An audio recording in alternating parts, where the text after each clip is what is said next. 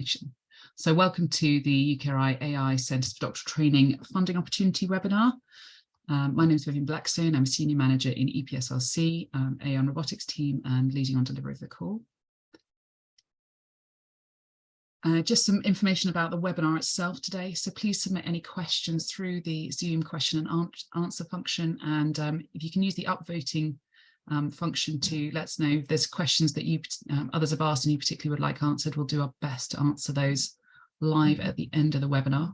So we are going to answer all the questions after we finish the presentation. Hopefully we won't take too long going through the slides. And then we'll follow up with, we'll answer all the questions with a Q&A document, which we'll add to the Funding Finder page as soon as we can. And that will be published along with the webinar recording. So this is being recorded, and also we'll publish the slides too. If you have any questions that are specific to your CDT proposal or that we haven't answered and are unlikely to, that are quite detailed, please do email them to the address on the slide, and that is the same email address that's in the Funding Finder document.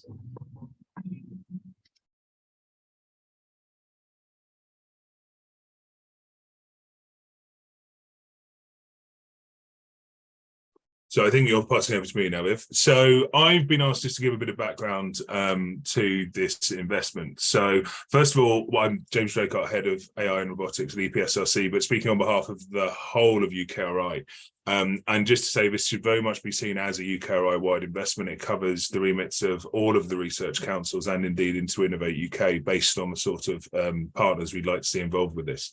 So as you all know, AI is a priority for the UK government and has been codified in a number of different strategies, most notably the National AI Strategy, but it is also mentioned across the UK Innovation Strategy through the People and Culture Strategy, the Industrial Strategy, and within UKRI is recognised in our AI review, the Transforming Our World with AI Statement of Opportunities. So we've been working around AI for a number of years, trying to put together a joined up approach across the whole of UKRI. And under that guise, we had an investment in 2019 of an initial number of cohorts and CDTs in AI. This is a follow-up investment into that. We are still subject to business case, and we will say that at the moment. So we are still waiting on the finalisation of that business case to be able to launch this more formally. However, the call is couldn't be proceeding at risk, and we understand people will proceed on that basis when they're making their applications. This is all under the guise of a spring statement 2022. We announced £117 million for these CDTs. And I was just briefly going to talk through some of the broader context at which we're launching these into. Next slide, Viv. So there are a number, and some people will be very aware of this, number of different AI investments happening across the UKRI at the moment, both within EPSC, but also across the other councils as well. And actually, this is trying to realise the vision we have set out in our Transforming with our World with AI document, that in order for the UK to remain at the forefront of AI research, we need to have an ecosystem that is agile, but can also connect people and ideas very quickly and allow people and ideas to move within that system. Therefore, our strategy is based around bringing as many different disciplines, background and sectors to a table as possible, having them interworking, collaborating and co-creating to, first of all, give us the research we need in the UK and also leading through into innovation, but also to develop the skills we will need in the future, to make sure we have people who are trained in the fundamentals of artificial intelligence, but can also apply it in a chosen sector or discipline. We're very much aimed to try and bring all these different investments together. And one of the ways we see the CDTs is one of these critical mass investments that will form nodes of a larger network of AI investments.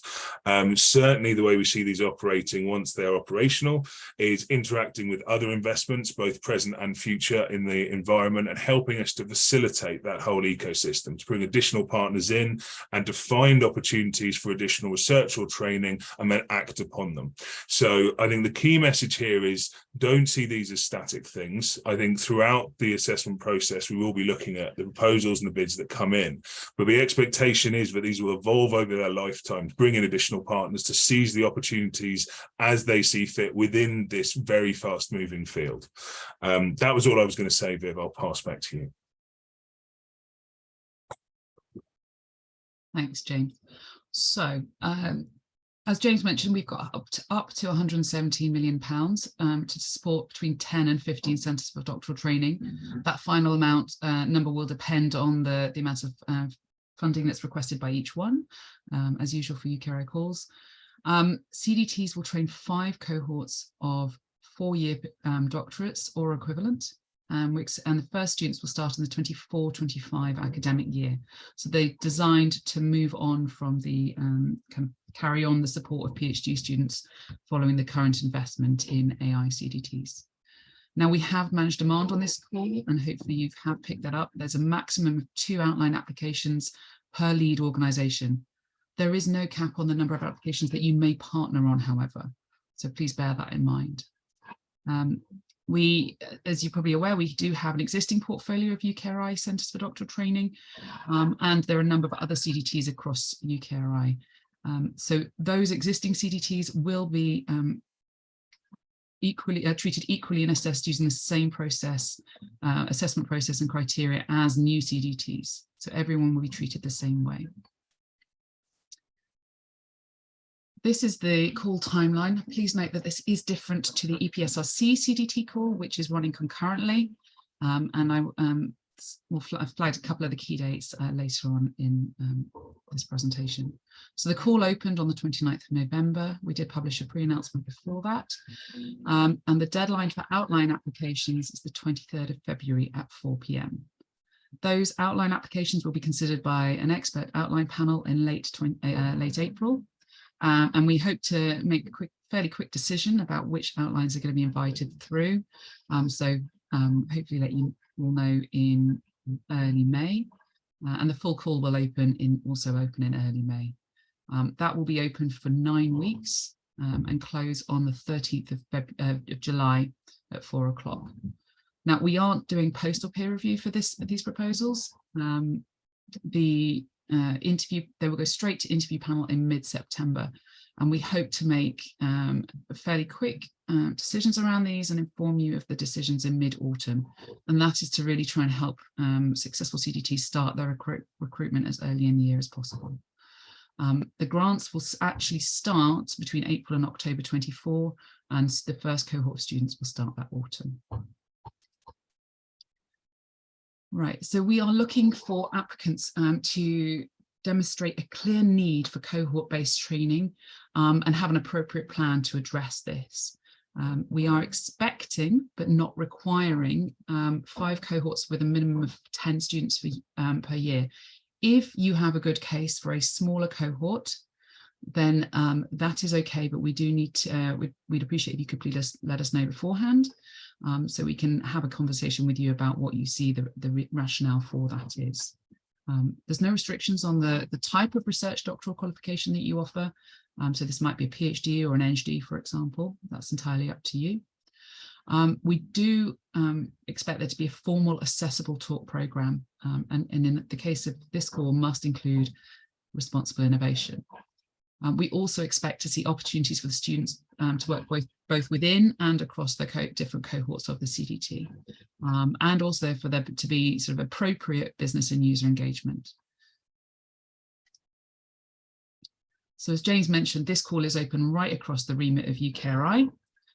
We are particularly welcoming interdisciplinary proposals to sort of reflect that as well. All the proposals must focus on the applications and implications of novel and existing AI technologies within the priority areas that we'll set out in the funding finder document, and we'll go through shortly. So by the time students graduate, they really should all have a sufficient knowledge of AI in the chosen area of the CDT and be able to develop and apply novel AI techniques within that area. For proposals that are focused on the mathematical and computational foundations of AI without a clear application in one of the priority areas for this call, those should be submitted to the EPSRC CDT funding opportunity. If you are not sure which call you should be applying to, please do contact us as soon as possible with a short summary of the vision for your CDT, and we will be able to advise you. So these are the priority areas for the call. There are 7 different priority areas. We also have So it's required that you apply to against at least one priority area. You may choose to apply against more than one within your CDT. There's also 2 cross-cutting themes, and those are optional. What we're really looking to see is co-creation between different disciplines and engagement with industry and users that are appropriate for the vision of your CDT. With that, I'm going to hand over to my colleagues to talk about the individual priority areas. Thank you, Vivian. Next slide, please.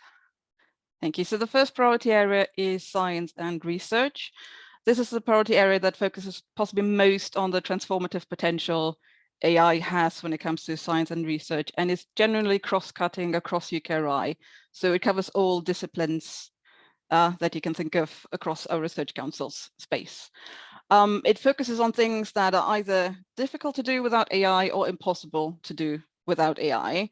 But because of its broad nature, we would ask you to identify which fields of research you plan to apply your transformative solution to, so we have an idea what type of expertise is needed on the assessment panel.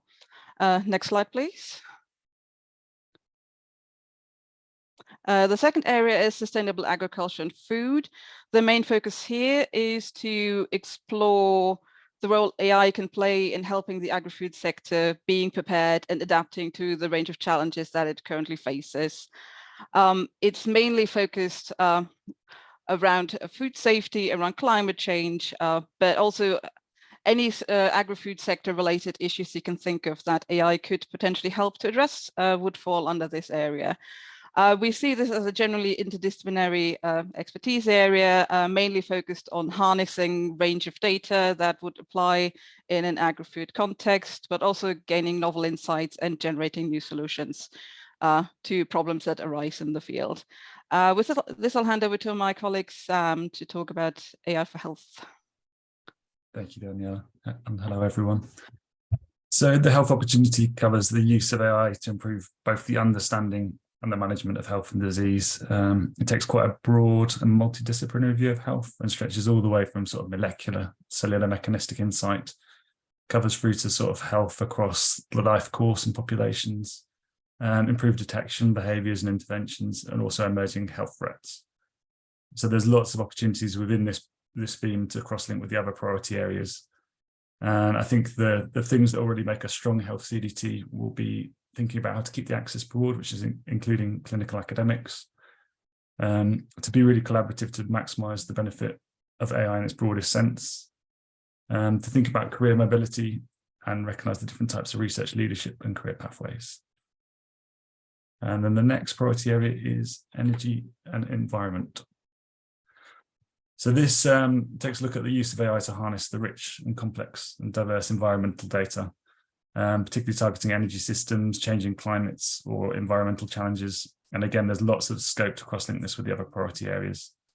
In this priority, good will probably look like taking advantage of the multidisciplinary opportunities, thinking about the complexity and systems approaches available, thinking about sensor placement, autonomy for observation, and particularly reasoning across scales or dealing with very messy and fragmented data. So really bringing teams of people together that can manage those challenges. And I think I'm handing over to Dawn next. Thank you.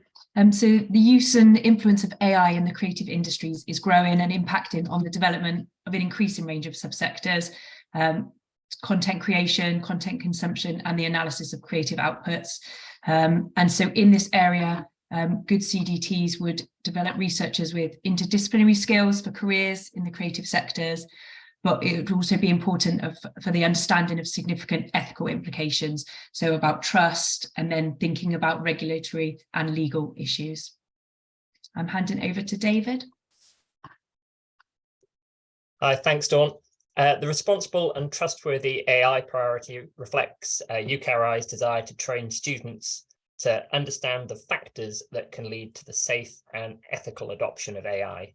AI technologies have the potential to deliver great societal and economic benefits, and we want to bring together multiple disciplines to provide students with the necessary technical and socio-technical skills to deliver these benefits. So this could include training students in research methods that allow us to understand human and societal values, such as fairness and ethics in relation to AI, training students to develop AIs that are safe, secure, and explainable, or training students in research methods that help us understand how AI technologies can be deployed and adopted in a responsible and trustworthy manner. So I'll hand over to James next. Thank you, Dave. So defence and security, I think, and in common with a lot of the other priority areas, this is really around the sort of graduates that will be coming out and how they will influence the particular sector that this is aimed at. So there are a lot of the challenges within defence and security are similar to those that have been outlined in terms of the sort of data that will be looked at, but obviously with the additional lens of security and ensuring that data is treated very sensitively. So for me, I think this priority area is very much around how we address the priorities that set out in the UK's integrated review, which sets out very clearly the needs of the digital technologies within our defence and security, but also around how we are going to create a generation of researchers who can use and work with defence relevant data, i.e. in a secure environment and in a trustworthy way. I think in common with a lot of these areas, this is going to be around the partnerships and the experiences that those individuals get through their training. How can you show that by the end of their studies, they will have the necessary skills to be able to apply them in this sector? And I think if I was trying to wrap all of these different areas up, I think that is the key thing that CDT should think about getting across. Not necessarily just the areas in which they're going to be doing their research projects and the training, but actually what that will mean in practice in terms of the outputs and the people who will come through the CDT. That is ultimately the outcome we are looking for, and how a cohort model plays into that.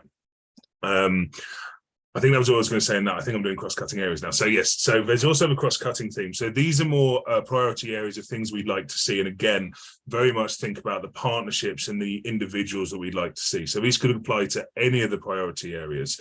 So the first is AI for increased business productivity, how these address industry-oriented AI challenges, a lot of which are around productivity, but also how large data sets are moved around, how you unlock the value of that data, and ultimately boost innovation, competitiveness, and economic activity. I think this is very much one where having partners on the ground, but also an ability to look for new partnerships for the benefit of students, both in terms of existing companies, but also around things like entrepreneurship, will be very important into how those courses are structured. And the most competitive bids will have thought about this and be able to put forward a good case. In terms of AI for government policy and public services, similarly, we would expect to see direct interaction and indeed potentially placements within the sort of areas they're going to be used, or access and training on the sort of data that will be used by government departments, or public services, or other public sector organisations. So really this is around thinking around where those students will be most suited to go afterwards, and how they will be able to bring a development and application of AI techniques into those particular workplaces. I think my final, before I hand back over, I think this is very much, as we've mentioned throughout, around the co-creation piece. How do we move from a stage where we have AI researchers who work in a sector to have people who are moving the entire sector forward through that AI? How are they happy to talk both languages, such as they're not thought of as an AI researcher who happens to be in X, but actually that's a discipline in its own right, working within that sector, and is a fundamental part of how that sector or discipline works. But I'll pass back over, I think, to Vivian.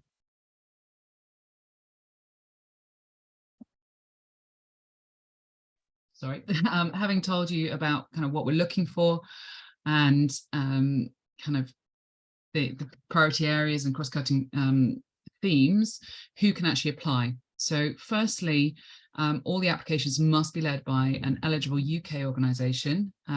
Those organisations must have suitable arrangements in place to award doctoral qualifications, but they do not need to be the degree awarding body.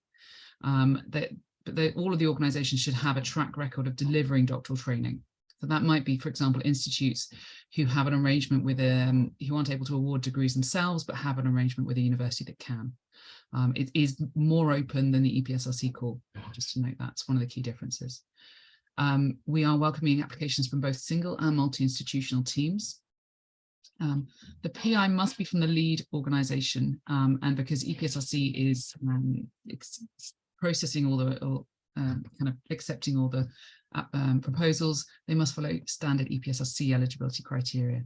And the link is there if you want to check that out, but it's very similar across UKRI. The co-investigators must also be from an eligible UK organisation, and we don't really expect to see a team of more than 10 named investigators. It's an expectation, not a requirement. So if you think there's a good case to have more, then that's okay, but be reasonable. We also are welcoming co-investigators as co-investigators, the research technical professionals and professional research and investment strategy managers, who we can see from past experience are really integral and key to making sure that a CDT works well.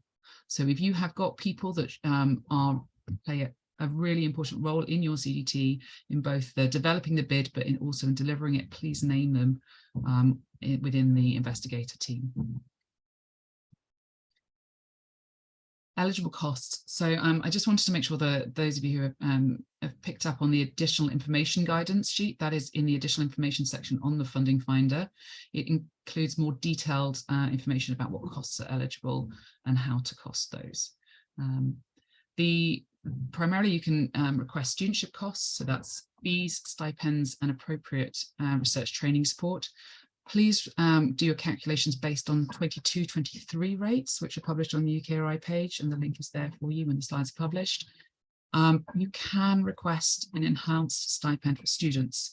This should be justified in your case for support and in the justification resources if you get to full proposal stage, but please just be aware that it is possible.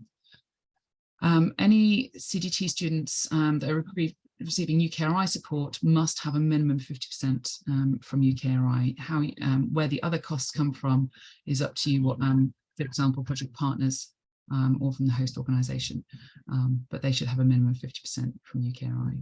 You can also request costs for centre delivery, coordination and management, but please note you can't charge for PhD supervision time. We are only allowing startup costs to be requested for new centres. If you are a centre that has perhaps evolved from existing one and you think you would like to request some costs, please just check with us whether you're eligible to apply for those. We would expect a substantial evolution for that to be permissible, but please just do check. So partnerships and leverage. So UKRI has such a diverse range of potential partners that we have not set the minimum leverage requirement for this call. That is also one of the key differences with the EPSRC call. However, Treasury have set at UKRI a very strong expectation of achieving substantial leverage of the public funds, and so therefore we have set the same expectation of CDTs. Leverage may be in the form of both cash and in kind. We don't expect it necessarily to happen at application stage. We will work with successful CDTs throughout their lifetime to try and meet those leverage expectations. So think about what is appropriate for the scientific area and the users that you will be engaging with as to kind of what might be appropriate leverage. And there are plenty of ways in which partners can engage with CDTs that involve in-kind contributions rather than cash. For the outline stage, we do not need, you shouldn't be naming project partners on the JES form, and we don't need project partner statements of support either. But if you do have committed leverage contributions, either cash or in kind, please do mention in the case for support. And on the additional information form, they are for office use only. This in the additional information form. So how do you apply at the outline stage? So firstly, the deadline is on 23rd of February at 4 o'clock. You should only be submitting one JES application per CDT proposal. So the paperwork that we're expecting to receive is the JES form, a 3-page case for support. Please can you use the section headings Centre Vision, Student Training Experience, and Centre Management and Pastoral Care. There's also an additional information form, the template for which is at the bottom of the funding binder page in the additional information section. That form is for office use only, to help us kind of just give us some information about who's applying and where and what kind of leverage may be achievable. It is not going to be seen by peer review. You may also include a cover letter should you wish, and that is just for UKRI as well. It's a way for it to communicate with us about any details we might need to know about. And as I said, there's no further documentation, so no letters of support from project partners, for example, and we don't need CVs from named investigators and things like that. So the outline proposals will be assessed at a panel which covers the breadth, an expert panel which covers the breadth of the proposal being considered at the end of April. We are going to, so proposals for existing and new centres will be considered together as well. They will be assessed and banded against the criteria which are in the call document. Those are the fit to the call, centre management and pastoral care, and the student training experience.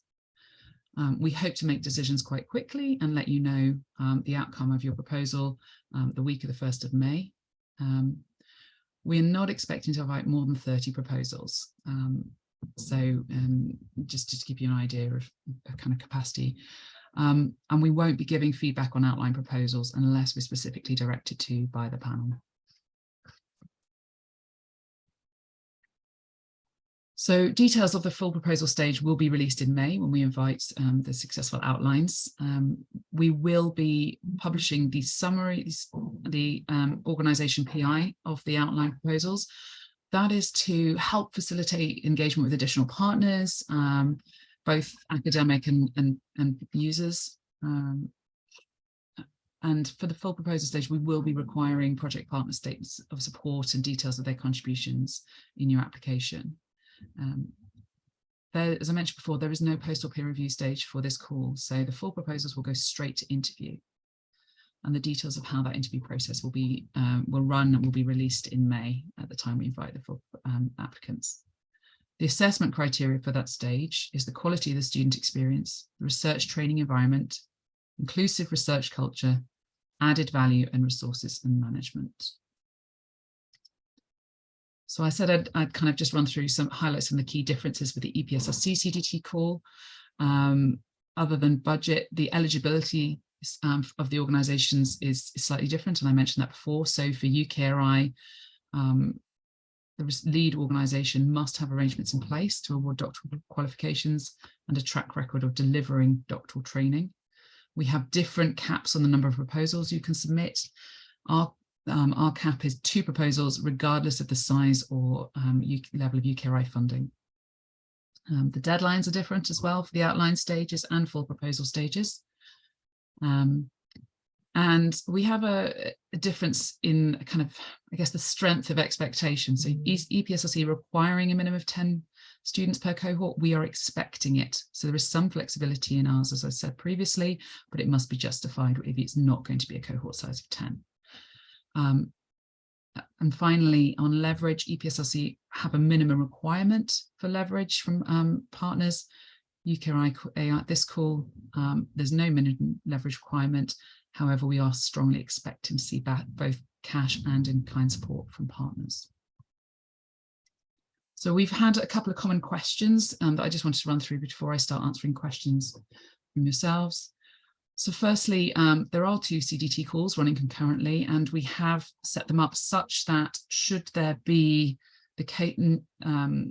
a reason to do so, we can transfer proposals between the 2 calls following the outline stage. This will only be done exceptionally, and the decisions will be made on a case-by-case basis. So, however, we do decide to do that, no organisation will be affected because of, they've already got the cap of proposals already in the call. Our advice to you is please check with us which call you should be applying to if you are not sure. This process is only in place for exceptional use, and we would prefer not to use it because it will may provide challenging for all involved. So the other one is about international partners. So you can have non-UK based project partners on CDTs, and they are welcome. However, please be mindful of UKRI's trusted research and innovation principles, and that link is in the funding binder, and you should be able to access following the link once the slides are published. If you have students that are registered at an international organisation, they will not count towards the student cohort numbers either. Okay. So that is all we had to say. I'm going to stop the slide, sharing the slides, and we will answer some of your questions. Just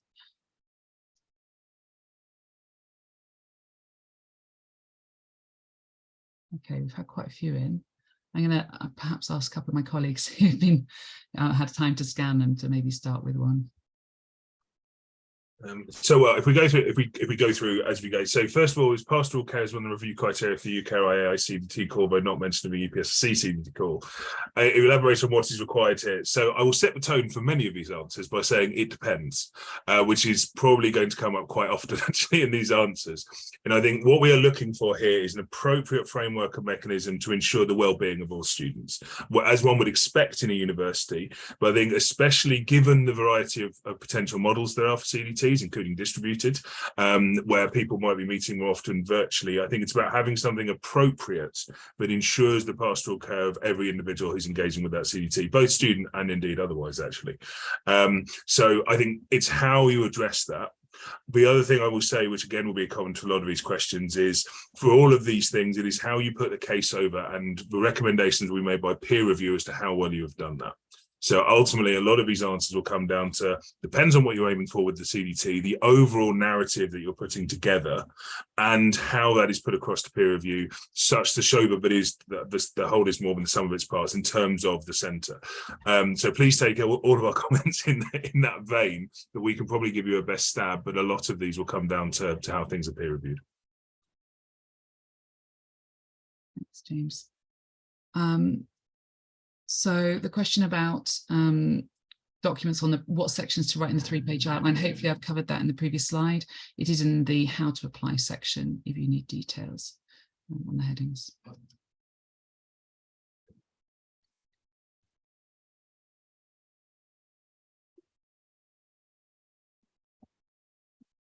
As someone who looks after one of the more applied areas, I can say something to the question about the develop and apply AI technology question that was asked there. So the expectation we would see, to pick the obvious example of sustainable agriculture and food here, is that applying expertise and applying AI is an expectation. The developing AI expertise is ideally also in place if that's relevant to what you're trying to do. If at minimum what we would like to see, and other colleagues feel free to disagree, is that people develop a sufficient understanding of what a conversation with an AI expert would look like if they are not the ones covering the developing piece themselves. So it's about the understanding across the AI application area boundary, rather than trying to create a person who can do everything, because I'm not sure that's a very realistic expectation when we're looking across all the potential areas in the CDT.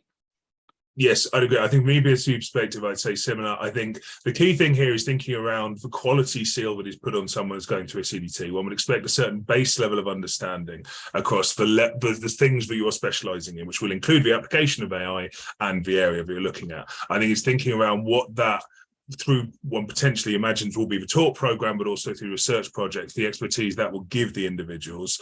But obviously the level of expertise in each individual area will depend on the person, the background, and how they progress with their research project. Dave, welcome. Oh, he's gone again. I'll answer the ChatGPT ones just because I quite enjoyed them as questions.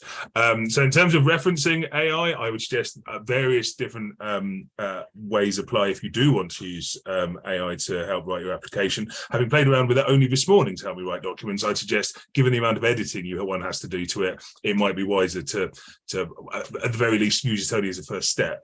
And partnering up, I would suggest that I'm not sure it has a legal entity status as a thing yet. The company does, and therefore how they would be a business partner is currently beyond me. But I enjoyed the question. I was going to pick up on a question about the limitation on how many universities can join a bid.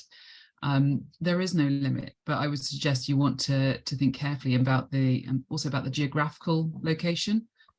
university hosting organisations do not need to be in the same location at all, but do think carefully about how you're going to manage building the cohort of students within that Centre for Doctoral Training, but and also maintaining it.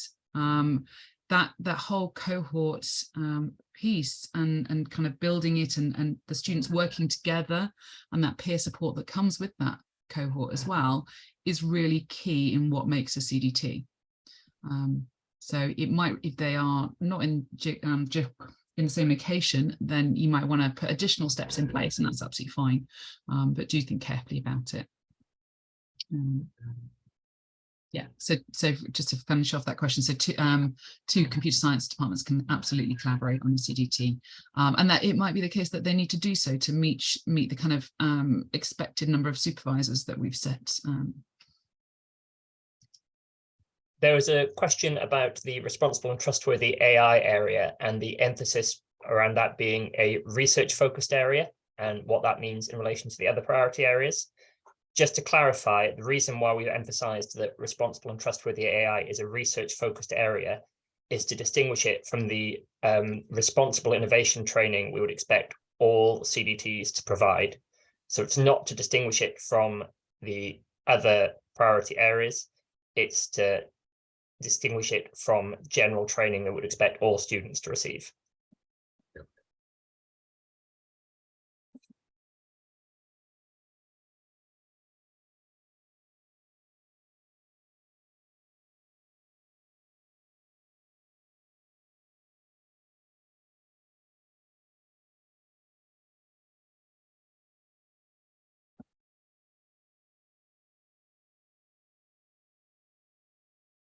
Apologies.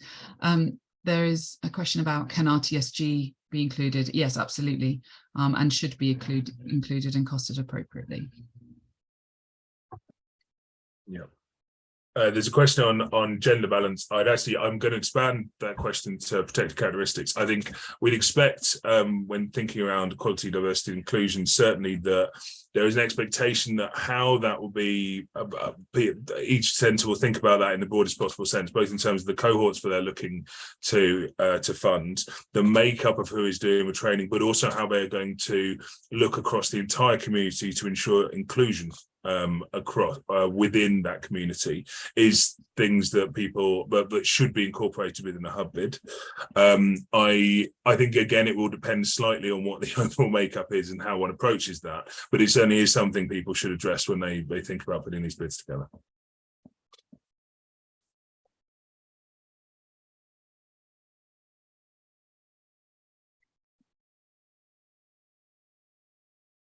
So there's a question about how interdisciplinary projects can be handled if a PhD student will not do a computing or AI degree.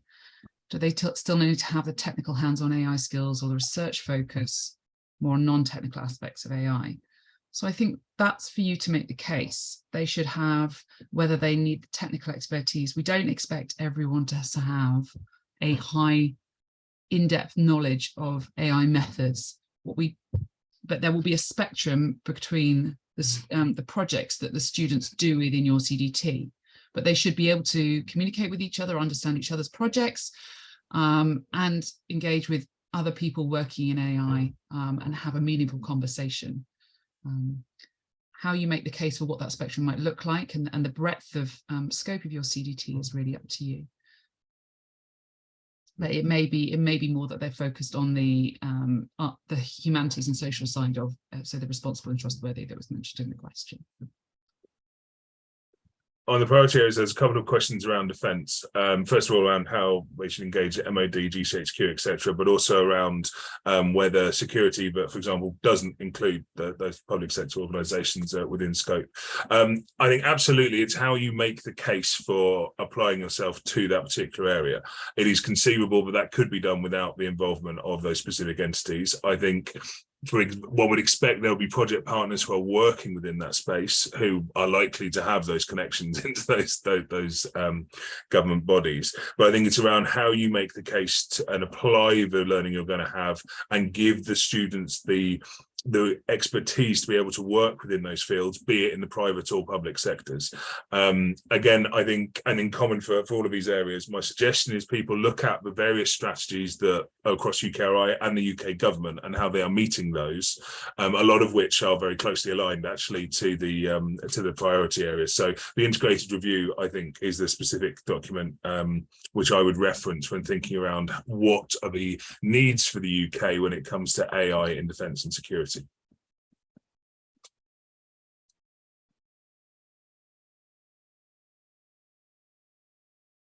Sorry, there's a question about part-time students, and so yes, we do permit part-time students, and understand that obviously extends the duration of their PhD.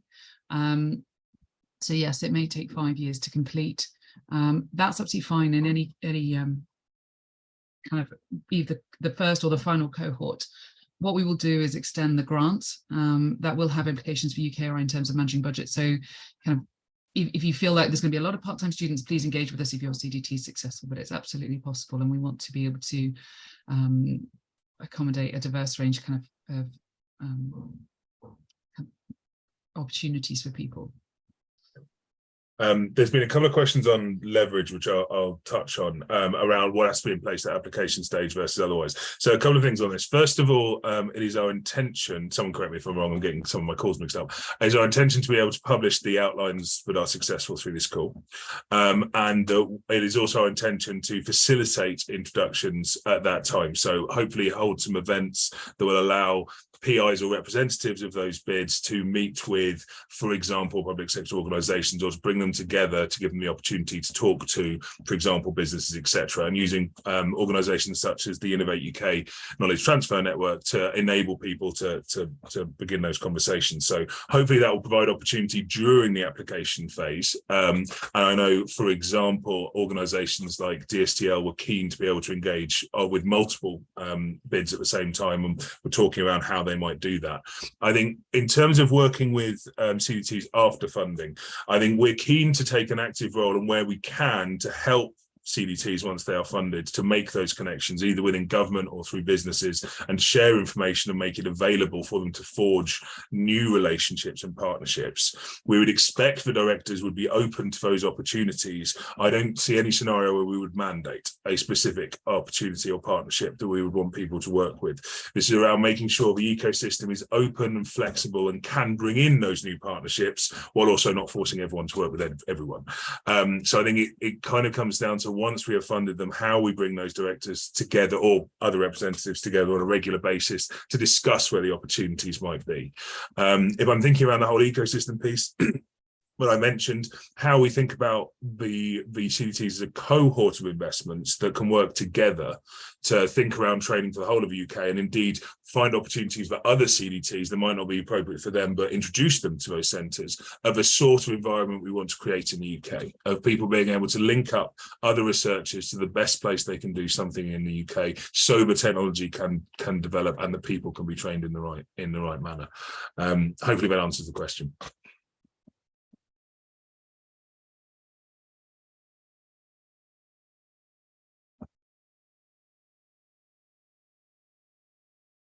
There's one or two others on regional in there, and geography and the place agenda. I think as we've set out within the core documentation, I think one of the things we are looking to do with this investment is to ensure we have a good spread of the organisations across the UK that need to be brought into the UK ecosystem. That is not necessarily about specific geographical coordinates. It's around making sure the maximum number of partners can be brought in and involved with the ecosystem as a whole and the training of it.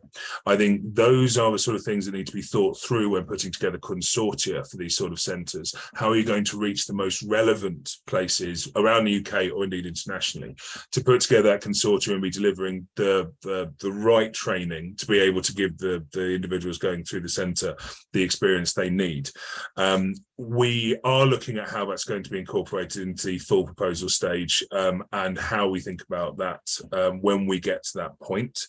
However, it's not something we have fully put in place at this point. So essentially, we're working through what that will look like, and we'll take the advice throughout of peer review, and it will all be against the criteria that we have published. So quick answer to the number of question about maximum number of students. There is no maximum number of students.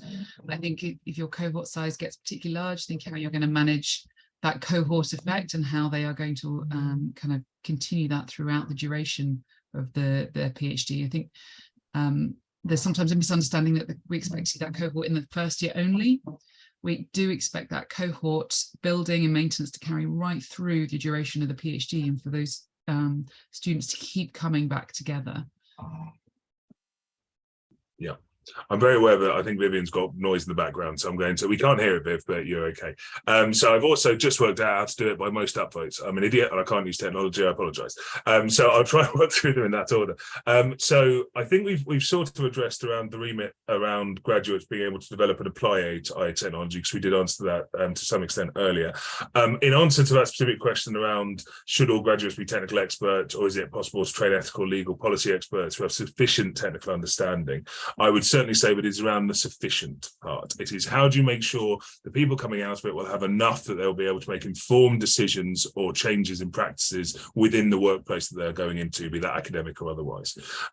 It's not about necessarily having someone who is an expert in everything, as we mentioned, that's unlikely, but we are looking to change the level of co-creation and the expertise, the way in which people think about AI based in these sectors. So how are you going to make sure we have sufficient expertise both in the AI, but also in the area of priority that you're looking at, to make sure they have a grounding in both, and then they can choose how they apply that in their future career and the training choices they make throughout their time at the CDT. The next question's around in-kind contributions, but I might give that to you, Viv, because you're far better on the operational stuff. I'll come back to this. Put it in the chat. I was just going to answer a quick question about kind of, would we consider an outline proposal from the same team that is very different? I guess the question back to is what happens if both of those CDTs are successful? I would suggest that as a core management team, it might be challenging to dedicate sufficient time to 2 CDTs. If you think you can do it, please make the case. But bear in mind that peer review will be making recommendations to us, and they will be seeing all proposals, not just kind of individual proposals in isolation. So many of you will have been involved in peer review yourselves. So think how you would consider that if you saw both those proposals together. Yeah. There's quite a few questions on what a formal accessible talk component means. I think that's something that will vary by institution. We don't want to prescribe what exactly that means, but what we do want to see is make sure that all students have access to these components. There is a clear plan for training them and assessing them appropriately. It doesn't necessarily mean it has to be a formal credit towards a postgraduate qualification, but it needs to be something that is appropriately sort of systematic and can be assessed appropriately. Yep, fully agree with that. So I'll leave you to consider there should be additional info form include predicted in-kind contributions, because that's a you question.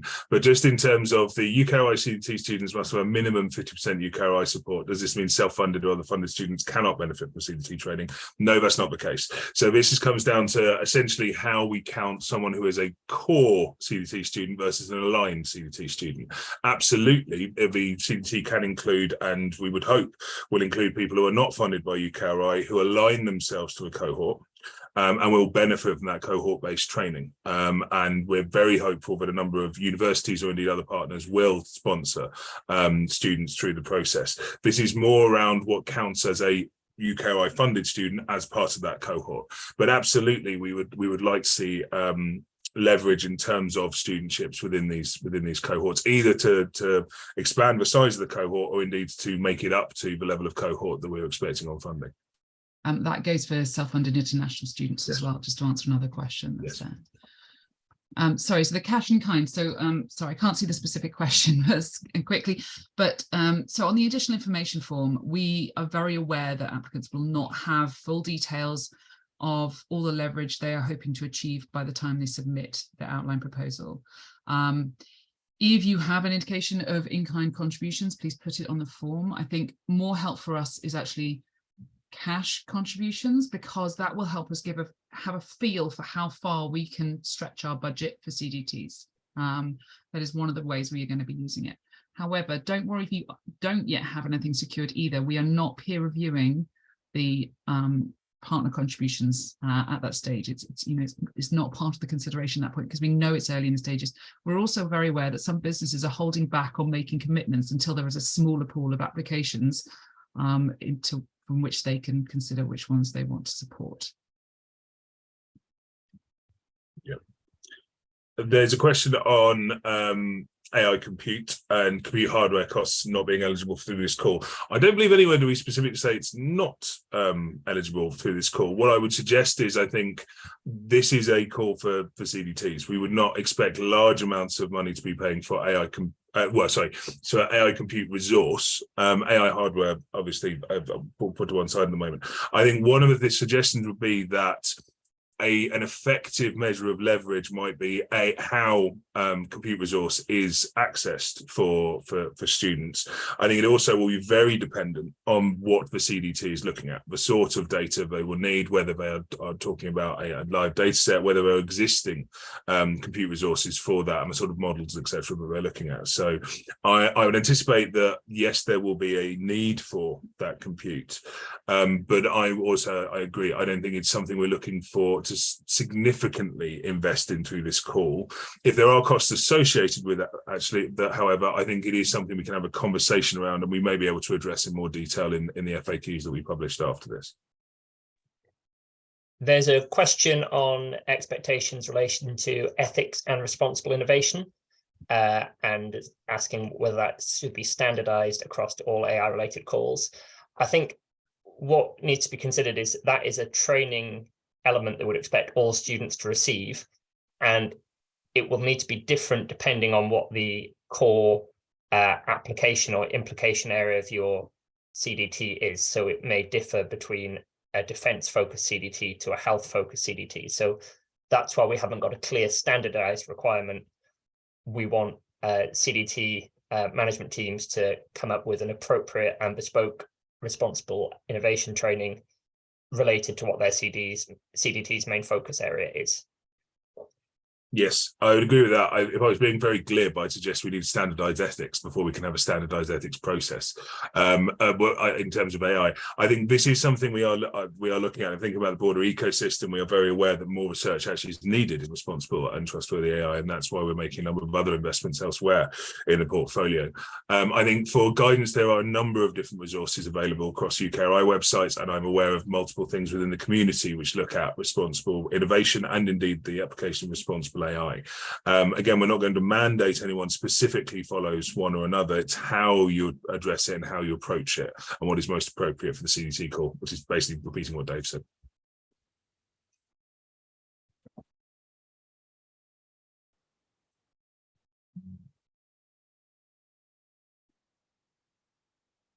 So quick answer while I'm scanning down the questions. No supervisor names don't need to be included in the outline proposal. So I saw a question about, is there a list of people looking to apply on bids or businesses to engage with bids? There isn't at the moment. So as James said, the part of the rationale for publishing the summaries of outline proposals that are invited to full proposal is to help facilitate that. And we are exploring other tools for facilitating that engagement as well. So we'll work on that until the full we invite full proposals, and we'll share details with you if we decide to take stuff forward on that as well. Yes, just for absolute clarity on one of the questions is will the 3-page outlines be made public? No, that is not the case. It is around sharing the identities of those bids that will be taken forward, which is likely to be the bare minimum, the area of the CDT, of the proposed CDT, and the individual leading it. Which is detailed within the call document, and we do talk about what it will be made public. The idea being that it allows additional partnerships to be formed and allows us to facilitate those interactions. More details are on the call form, but if there are any concerns around that, we are obviously happy to have those conversations. There's a question on whether themes can be around completely new interdisciplinary areas, and the questioner gives an example of a computer science department working with a finance department if neither of those work together. Under the AI for science and research theme, I think as Daniela spoke to earlier, we would expect this is a great opportunity to train AI researchers or people to use AI in research areas across the full UKRI remit. Yes. So it does not mean it has to be a developed area, but your proposal will have to set out how the sort of relevant areas will work together to deliver high quality training, and also set out why there is a need for cohort training in that area. Yeah, agree. There's a question around KPIs. Yes, from my point of view, it is fine to have KPIs within the case. We do recognise that the JES system does not allow KPIs. I think the structure of the governance is something we are leaving to CDTs to put forwards. We do have some details in the core document of our expectations around the governance for decision-making process, but certainly if it is beneficial to have KPIs, it is absolutely something that can be done. And my suggestion would be to put it in the case. If there are other examples where you think it doesn't fit with the form because of the structure of the form, it is the sort of feedback that absolutely I would suggest either you have a conversation with us about, or indeed you use the more narrative areas of the form to explain how this is going to actually work in terms of case for support, etc. So a quick answer. So about whether we'll share information on who's reviewing on the outline panels. We won't be sharing that information. It is standard EPSRC practice to publish the names of panel members after the panel, but not before. And that's really to manage any potential conflicts of interest and approaches. We will obviously be checking all the conflicts of interest for panel members. If you have conflicts of interest with perhaps people in industry that we won't be aware of through your proposal, that's always helpful to mention in your cover letter as well. So who are key industry partners that you engage through your research, perhaps not on the CDT, for example. Yeah. There's a question which I don't think we do this around what sense of what leverage potentially expectations are. So ultimately the answer is we don't have a specific number in mind in terms of leverage for individual CDTs. When we had the conversation, and we continue to have conversations around the business case, we have an overall idea of the expectations we have on Treasury, from Treasury, around what they would expect to see around a CDT call. What we don't want to do is put that down to individual CDTs, because our belief is that leverage is measured very differently depending on what part of the portfolio you're looking at. And what we want to do is forge meaningful collaborations between Centres for Doctoral Training and business or indeed public sector partners or other partners. And it's around the how deep and broad those relationships and partnerships are, how they are involved within the training, which is the most important thing. How those are evidenced in terms of the leveraged and in-kind and the cash support is something I think we will investigate with those who get past the outline stage, and make sure that we have captured enough to show that there is significant interest in the area, which is why leverage is important to quantify, but also to make sure we are getting the sort of relationships which are beneficial to both the CDTs and the partners in that instance. So it will very much depend on the area in which your CDT is working and the sort of partnerships you're trying to put in place. There's a question on AI in education. Sorry, Vivian, if I No, it's fine. I was going to wrap up. So if you want to do that one, Dave, and then it's not a specific priority area, but if this is relevant to education research, obviously that would be open under the AI for science and research theme. It may also be applicable to the responsible and trustworthy AI theme, how we can appropriately apply and deploy AI in education.